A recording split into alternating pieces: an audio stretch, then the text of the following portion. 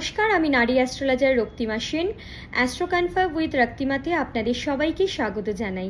কালকে একটি বিশেষ দিন, তাই এই বিশেষ দিনটিকে আরও বিশেষ করে তুলতে আমি আপনাদের জন্য নিয়ে এসেছি বিশেষ দিনের জন্য কিছু উপাচার বা কিছু রেমেডি।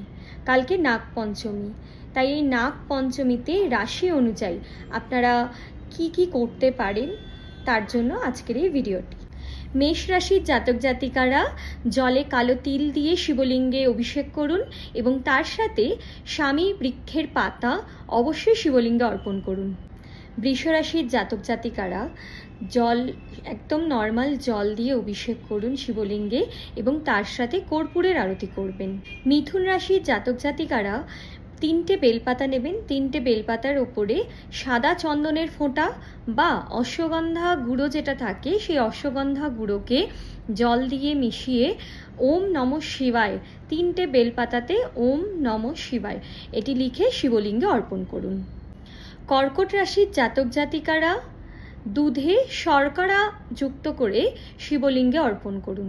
সিংহ রাশির জাতক জাতিকারা হলুদ ফুলের মালা এবং তার সাথে সুগন্ধিযুক্ত আতর শিবলিঙ্গে অর্পণ করবেন। কন্যা রাশির জাতক জাতিকারা 11টা বেলপাতা ও তার সাথে নমঃ শিবায় মন্ত্রের 21 বার জপ করবেন। তুলা রাশির জাতক জাতিকারা পঞ্চামৃত দিয়ে শিবলিঙ্গে অভিষেক করবেন এবং তার সাথে 108 বার নমঃ শিবায় মন্ত্রের জপ করবেন।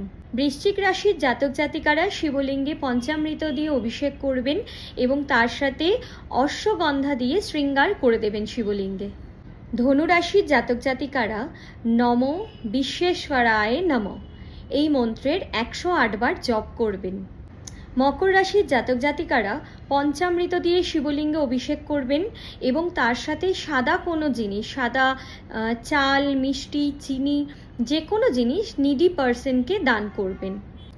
কুম্ভ রাশির জাতক জাতিকারা শিবলিঙ্গে মধু দিয়ে অভিষেক করবেন, মধুর অভিষেক করবেন এবং তার সাথে নমঃ শিবায় মন্ত্রের 21 বার জপ করবেন।